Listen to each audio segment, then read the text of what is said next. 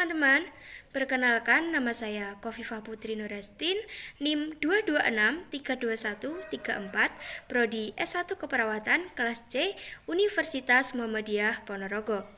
Di sini saya akan memenuhi tugas UTS mata kuliah Agama Islam berupa kultum dengan dosen pengampuh Bapak Yusuf Hamdani Abdi MPSI. Assalamualaikum warahmatullahi wabarakatuh.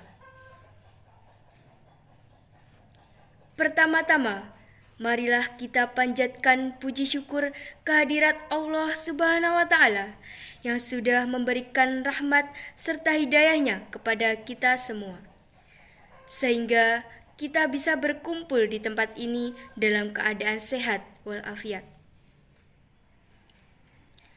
Tak lupa, salawat serta salam semoga selalu tercurahkan kepada junjungan kita Nabi Agung Muhammad Sallallahu Alaihi Wasallam yang telah menuntun kita dari zaman jahiliyah menuju zaman Islamiyah. Sebelumnya, terima kasih kepada Bapak Yusuf Hamdani sebagai dosen pengampuh yang sudah memberikan kesempatan saya untuk berbagi sedikit ilmu kepada teman-teman semua.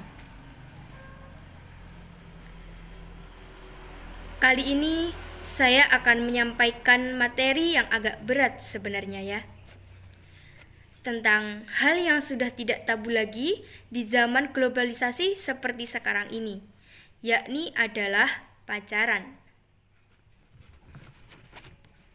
Kata ini pasti sudah tidak asing lagi terdengar di telinga kita. Bahkan anak SD pun banyak yang berpacaran. Lebih ngerinya, panggilannya yaitu ayah bunda, papa mama, abi umi. Hayo, siapa yang masih kayak gitu? Astagfirullahaladzim. Teman-teman yang saya cintai dan saya sayangi, di sini adakah yang sudah menjalin hubungan dengan lawan jenis? Kalau orang Ponorogo sih bilangnya komitmen. Atau lagi zaman-zamannya jadi payung, seperti lagu yang lagi ngetren. Dadi payung nalika utare teko. Baik, kita kembali lagi ke topik. Ngomongin tentang pacaran, sebenarnya apa sih pacaran itu? Di sini ada yang tahu nggak? Baik, pacaran adalah hubungan antara dua insan untuk mencari kecocokan guna komitmen menuju jenjang yang lebih serius, yakni adalah bahtera rumah tangga. Sebagian orang menganggap bahwa pacaran itu adalah kebutuhan pokok. Bahkan ada yang bilang kalau jomblo itu ngenes karena gak punya pasangan. Astagfirullahaladzim. Kemudian ada juga yang bilang bahwa kami mencintai karena Allah dan tidak akan melakukan zina karena pacarannya cuma lewat WhatsApp. Teman-teman, di WhatsApp juga bisa melakukan zina loh. Contohnya adalah zina pikiran dan zina hati. Contohnya pada saat pasangan kita atau pacar kita lagi ngomong, aku lagi kangen nih. Nah, itu kan akan membuat pikiran kita, oh iya pacar aku lagi kangen. Nah, itu kan termasuk pada zina pikiran. Mungkin pertamanya WhatsAppan, nanti lama-lama ingin ketemuan, lalu saling mengobrol, gandengan tangan, pelukan, terus sampai terjadilah pada hal yang tidak diinginkan. A'udzubillahi min dzalik.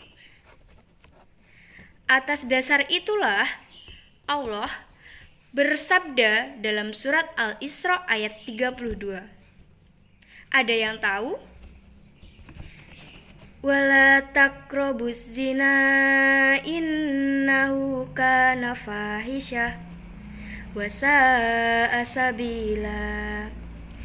Artinya, dan janganlah kamu mendekati zina, sesungguhnya zina itu adalah suatu perbuatan keji dan suatu jalan yang buruk.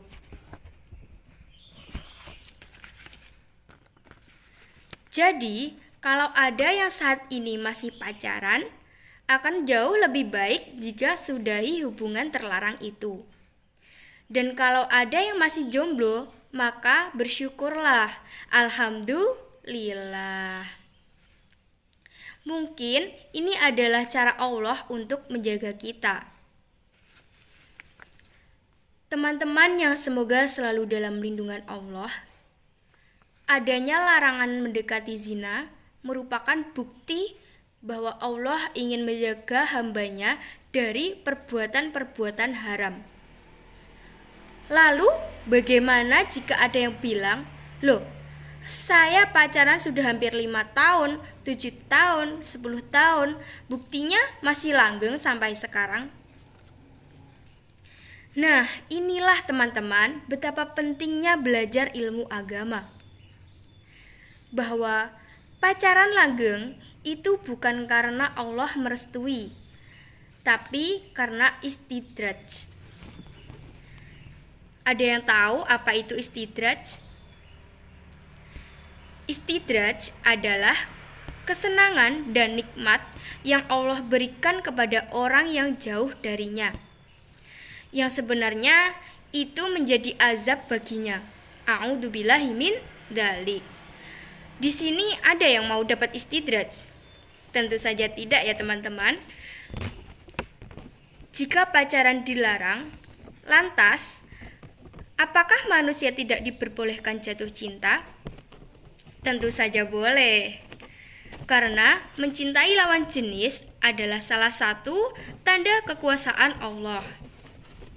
Hanya saja kita harus menyadari bahwa cinta yang kita miliki harus dijaga dari hal-hal yang dilarangnya, agar kesucian cinta tetap terjaga.